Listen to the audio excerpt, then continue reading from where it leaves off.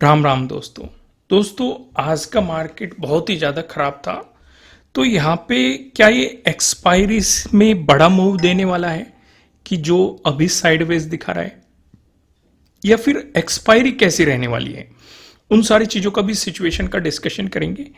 लेकिन कल के मार्केट में हमें कुछ अपॉर्चुनिटीज मिली थी, चाहे वो फर्स्ट मोमेंटम मिला हो, चाहे वो एक रिजेक्शन मार्केट ने प्लान किया हो, या फिर एक हैमर का प्लान किया हो। मैंने आपको निफ्टी 50 वाली वीडियो में भी समझाने की कोशिश की थी। भले ही कुछ पॉइंटों का मोमेंटम मिला हो, लेकिन उनके पीछे एक लॉजिक था।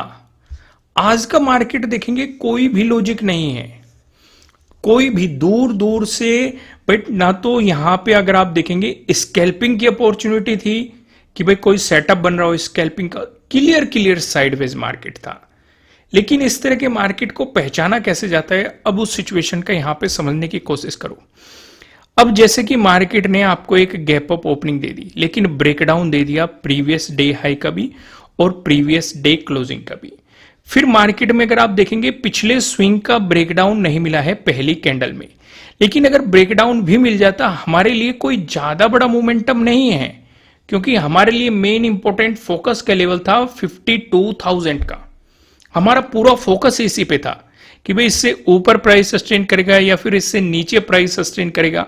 क्योंकि सेलर्स कहीं ना कहीं आज भी चाह रहे हैं कि मार्केट इसका ब्रेकडाउन देके प्राइस नीचे सस्टेन कर जाए, लेकिन कर नहीं रहा है। बार बार यहां से आप देखेंगे, यहां पे भी बाउंस करके ऊपर चला गया, नीचे गया था, लेकिन प्राइस सस्टेन नहीं कर पाया, फिर वापस से आया, फिर से बाउंस करके ऊपर चला गया। यानी कि बायर्स इसके ऊपर प्राइस सस्टेन करने की कोशिश कर रहे हैं, सेलर्स इससे नीचे प्राइस लाने की कोशिश कर रहे हैं। फिर अगर आप देखेंगे, यहां से मार्केट में फिर से एक मोमेंटम आया, लेकिन अपने ट्रेडिंग डे हाई का ब्रेकआउट ही नहीं दे पाया। वहां से फिर से रिजेक्शन मार्केट ने प्लान कर दिया। तो मार्केट ने एक रेंज बना दी कि अगर इसका ब्रेकडाउन मिलता तो हमारे लिए इंपॉर्टेंट सपोर्ट हो जाता 52,000। ज्यादा बेहतर ये रहता है, इसके ब्रेकडाउन पे भी काम नहीं करना होता, क्योंकि 52,000 काफी नजदीक है। बेहतर अपॉर्चुनिटी आपको तब मिलती जब 52,000 का मार्केट ब्रेकडाउन देता, और अगर इस जोन का ब्रेकआउट देता तो पॉजिटिव साइड आपके लिए अपॉर्चुनिटी बनती। लेकिन मार्केट इसी रेंज में घूमते हुए साइडवेज आपको होता हुआ दिखाई दे रहा है। कोई दूर दूर तक कोई अपॉर्चुनिटी नहीं थी जो कि यहां पे दिखाई दे रही। क्लियर मार्केट साइडवेज था। तो साइडवेज मार्केट में किस तरीके से काम किया जाता है वो भी चीजें मैंने आपको एक्सप्लेन की हुई है, किस तरीके से पहचाना जाता है वो भी चीजें मैंने आपको एक्सप्लेन की हुई है। आपको चैनल पे इससे रिलेटेड वीडियो मिल जाएगी। लेकिन हम अपना फोकस किसी दूसरी तरफ शिफ्ट करते हैं। भाई क्लियर हमें यहां पे बोलिंजर बैंड ने भी बता दिया था कि मार्केट साइडवेज है, आरएसआई ने भी हमें बता दिया था कि मार्केट साइडवेज है। ध्यान से देखो, 15 मिनट का टाइम फ्रेम है। भाई अगर मार्केट में अपर बैंड एक रिजेक्शन बनेगा तो नीचे सपोर्ट कहां बनेगा? Middle Bollinger band. और ये देखो, मार्केट मिडिल बोलिंजर बैंड और अपर बैंड पे ही टच करते हुए चल रहा है।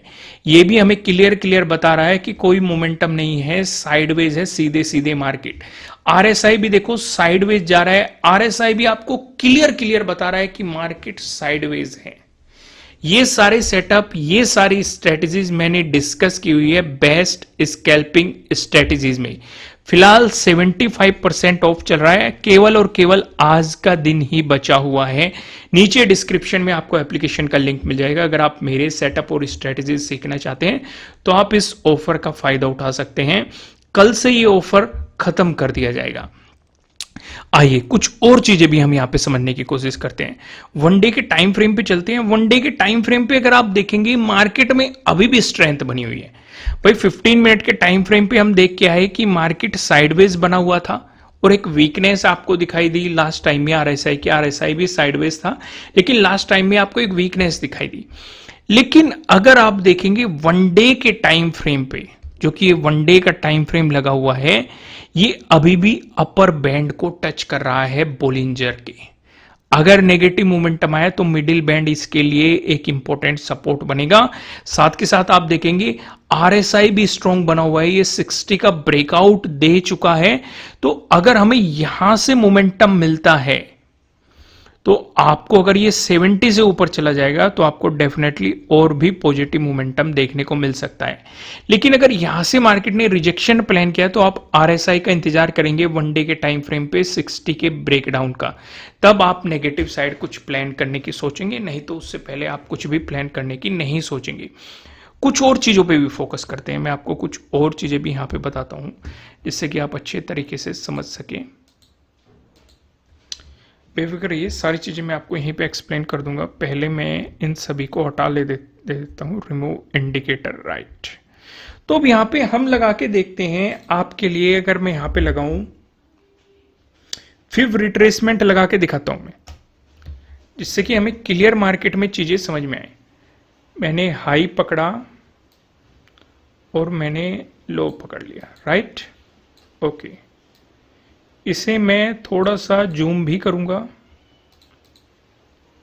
मैं इसे जूम भी करता हूं, ओके ओके ओके ओके, ध्यान से देखो, ठीक है। कुछ लाइनें भी ड्रॉ कर देते हैं। तब तक आप वीडियो लाइक कीजिए, वीडियो लाइक नहीं कर रहे हैं आजकल आप, इतनी मेहनत लगती है। इस तरह का फ्री ऑफ कॉस्ट आपको कंटेंट प्रोवाइड किया जा रहा है, जो चीज़ें कोर्सेज में सिखाई जाती है मैं आपको फ्री ऑफ कॉस्ट यहाँ पे प्रोवाइड करने की कोशिश कर रहा हूँ, और आप लाइक ही नहीं कर रहे हैं वीडियो को। ध्यान दो, यहाँ पे नीचे की तरफ हमारे लिए एक इंपॉर्टेंट सपोर्ट बना हुआ है 0.618, और यहीं पे आपका 52,000 का राउंड लेवल भी है, और ये क्या है 51,967 के अराउंड, जो कि एक इंपॉर्टेंट सपोर्ट हमारे लिए बना हुआ है। पहले ये एक इंपॉर्टेंट रेजिस्टेंस बना हुआ था, इसका ब्रेकआउट मिल चुका है, अब ये सपोर्ट की तरह एक्ट कर रहा है। यानी कि अगर नीचे की तरफ मोमेंटम कंटिन्यू हुआ तो इस एरिया पे 52,000 का राउंड लेवल भी है, और फिबोनाची के अकॉर्डिंग 0.618 का भी है। भले ही हमें इसका ब्रेकआउट मिल रहा हो, लेकिन अगर इससे नीचे प्राइस सस्टेन होना शुरू हो जाता है 0.618 से, तब भी आप इसे फेक ब्रेकआउट कंसिडर करके नेगेटिव साइड मोमेंटम मार्केट में देख सकते हैं। क्योंकि मार्केट पहले यहां पे भी ट्राई की थी, रिजेक्शन, यहां पे भी ट्राई किया, रिजेक्शन, फिर आया रिजेक्शन, फिर आया, मार्केट ने यहां पे रेजिस्टेंस की तरह एक्ट किया। तो इसलिए आपको ध्यान ये रखना है कि अगर इससे नीचे फिर से आ गया तो आपको एक नेगेटिव मोमेंटम देखने को मिलेगा। लेकिन अगर ऐसे ही मोमेंटम कंटिन्यू रहता है तो एक इंपॉर्टेंट रेजिस्टेंस आपके लिए 52,583, और इससे भी ज्यादा इंपॉर्टेंट रेजिस्टेंस है आपके लिए, अगर आपको इसका ब्रेकआउट मिला, ये है आपके लिए 52,800। क्यों इंपॉर्टेंट है? क्योंकि अगर आप जून और जुलाई पे फोकस करेंगे, यहां पे मार्केट ने एक रेंज बनाने की कोशिश की थी, और उस रेंज में लगभग मोटे तौर पे 1 महीने तक मार्केट ने उस रेंज में टाइम स्पेंड किया था और एक मजबूत रेजिस्टेंस दिखाया था। तो अगर ये पहले भी मार्केट यहां पे एक मजबूत रेजिस्टेंस दिखा सकता है, तो फिर ऊपर जाते समय फिर से एक इंपॉर्टेंट रेजिस्टेंस के रूप में आपको एक्ट करता हुआ दिखाई देगा। समझ में आ गई यहां तक चीजें? आइए अब मैं आपको लेके चलता हूं कुछ और चीजों की तरफ। यहां पे भी एनालिसिस को समझने की कोशिश करो। यहां पे आप देखेंगे मैंने आपको 4 पैटर्न बता रखे हैं, ट्रायंगल वाले पैटर्न, ट्रेंड लाइन से मिलकर बना हुआ पैटर्न और पैरेलल पैटर्न। यहां पे आप नोटिस करेंगे आपको एक ट्रायंगल पैटर्न देखने को मिलेगा। यहां पे आप नोटिस करेंगे आपको ट्रेंड लाइन से मिलकर बना हुआ पैटर्न देखने को नोटिस करेंगे, यानी कि इसी एरिया पे आपको 2 पैटर्न दिखाई दे रहे हैं, ये वाला पैटर्न और ये वाला पैटर्न। नीचे आप देखेंगे आपको एक सपोर्ट लाइन यहां पे सीधे सीधे दिखाई दे रही है, नीचे भी आप देखेंगे आपको एक सपोर्ट एरिया यहां पे मार्केट में दिखाई दे रहा है।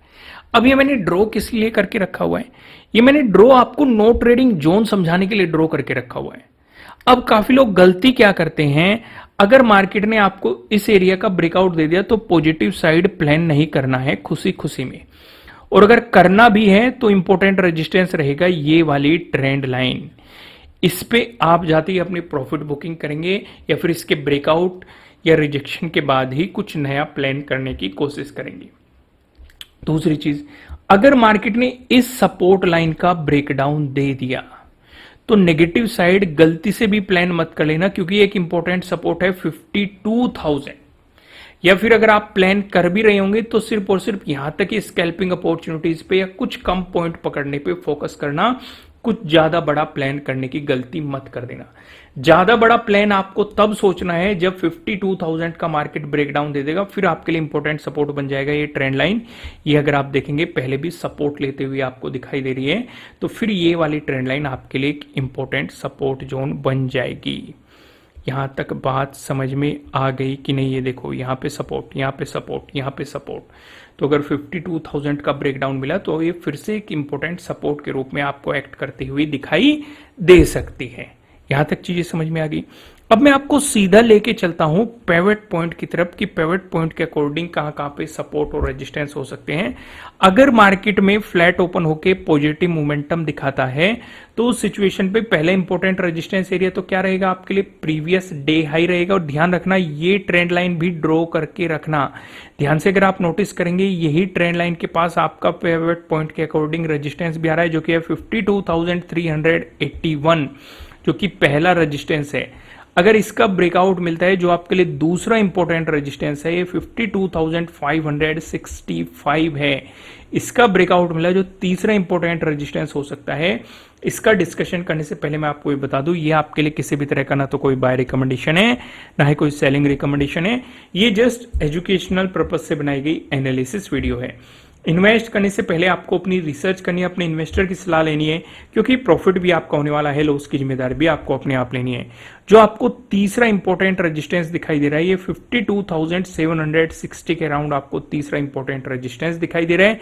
वहीं पे अगर बैंक निफ्टी में आपको एक नेगेटिव मूव देखने को मिलता है तो उस सिचुएशन पे जो पहला सपोर्ट नजर आ रहा है 51,983 पे नजर आ रहा है। अगर इसका ब्रेकडाउन मिलता है जो आपके लिए दूसरा इंपॉर्टेंट सपोर्ट नजर आ रहा है ये 51,859 पे दिखाई दे रहा है। अगर इसका ब्रेकडाउन मिलता है जो पिवट पॉइंट के अकॉर्डिंग तीसरा इंपॉर्टेंट सपोर्ट हो सकता है 51,727 के अराउंड हो सकता है। लेकिन अगर मार्केट गैप अप ओपनिंग या गैप डाउन ओपनिंग प्लान करता है ये मैं आपको समझाऊंगा इस एरिया पे 15 मिनट के टाइम फ्रेम पे, यहां पे समझाऊंगा। अगर मार्केट ने गैप अप ओपनिंग प्लान करी तो मेरे दोस्त खुद समझो इस एरिया पे हमारा एक रेजिस्टेंस जोन है। अगर इसी रेजिस्टेंस जोन पे market gap up opening plan करता है और मार्केट ने एक रिवर्सल दिखा दिया तब तो हमारे किसी काम का नहीं है क्योंकि यहाँ पे प्रीवियस डे क्लोजिंग का सपोर्ट हो जाएगा, इस ट्रेंड लाइन का सपोर्ट हो जाएगा, फिर आपके लिए प्रीवियस डे लो का सपोर्ट हो जाएगा। यानी कि नेगेटिव साइड कोई खास बड़े पॉइंट नहीं मिल सकते जब तक कि आपको 52,000 का ब्रेकडाउन नहीं मिलता है, तब तक एक बड़ा सिनेरियो क्रिएट नहीं हो सकता। लेकिन अगर गैप अप ओपनिंग देके मार्केट ने ब्रेकआउट दे दिया तो आप इस ट्रेंड लाइन पे नजर रखेंगे। आपके लिए अगला इंपॉर्टेंट रेजिस्टेंस क्या हो जाएगा? ये ट्रेंड लाइन। और फिर मैंने पिवट पॉइंट के अकॉर्डिंग आपको रेजिस्टेंस बताने की कोशिश की है, आपके लिए भी इंपॉर्टेंट रेजिस्टेंस रहने की पॉसिबिलिटी है। लेकिन अगर मार्केट ने गैप डाउन ओपनिंग प्लान कर दी उस सिचुएशन पे आप क्या करेंगे? अगर गैप डाउन ओपनिंग का सिनेरियो बना, फिर से मैं कहूंगा ये प्रीवियस डे क्लोजिंग का सपोर्ट, ये प्रीवियस डे लो का सपोर्ट, ये ट्रेंड लाइन का सपोर्ट और ये 52,000 के राउंड लेवल का सपोर्ट।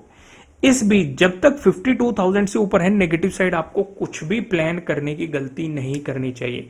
नेगेटिव साइड आप तभी सोचेंगे जब मार्केट 52,000 से नीचे प्राइस सस्टेन करना शुरू कर जाएगा। तो दोस्तों इस वीडियो में इतना ही। वीडियो को लाइक करना, मुझे कमेंट करके बताना कि आपको एनालिसिस कैसे लग रहे हैं। नए हो सब्सक्राइब करना और बेल आइकन प्रेस करना जिससे आपको आने वाली वीडियोस के नोटिफिकेशन मिल सकेंगे। फिलहाल इस वीडियो में इतना ही, फिर मिलते हैं किसी नेक्स्ट वीडियो में, तब तक के लिए राम राम।